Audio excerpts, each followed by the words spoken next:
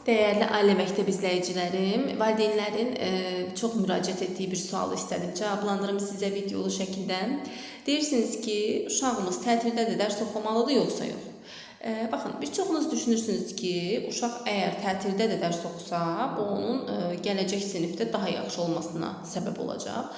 Ancaq psixologiya, beyin inkişafı bunu deyir ki, uşaq tətil müddətində həddindən artıq dərs oxumağa məruz qalarsa və ya günün çox hissəsini dərs oxuyaraq keçirdərsə, bu zaman dərs ilinin başlanğıcında artıq o yorulmağa başlayacaq və şikayətlər başlayacaq. Mən getmək istəmirəm məktəbə və ya mən çox yoruldum.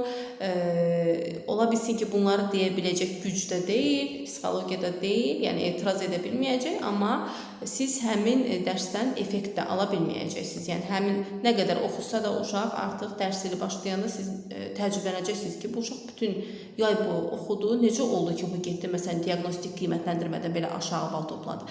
Sizə çox təəccüblü gələcək. Çünki beynin bir alma kapasitesi var, Türkçədə demiş. Yəni oradan o tərəfə ala bilir. Bir stəkanı düşünün.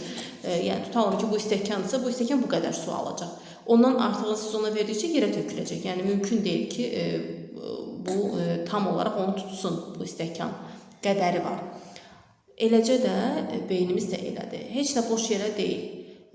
Yəni əgər məktəblər hamısı 3 ay müddətinə tətil elan edirsə bir müddətdən sonra, demək ki, bunlar hər biri uşağın beyninə uyğun şəkildə təşkil olunur və psixologiyasını düşünərək bu cürə təşkil edirlər. Yəni, o 3 ay müddətində uşaq istirahət etməlidir.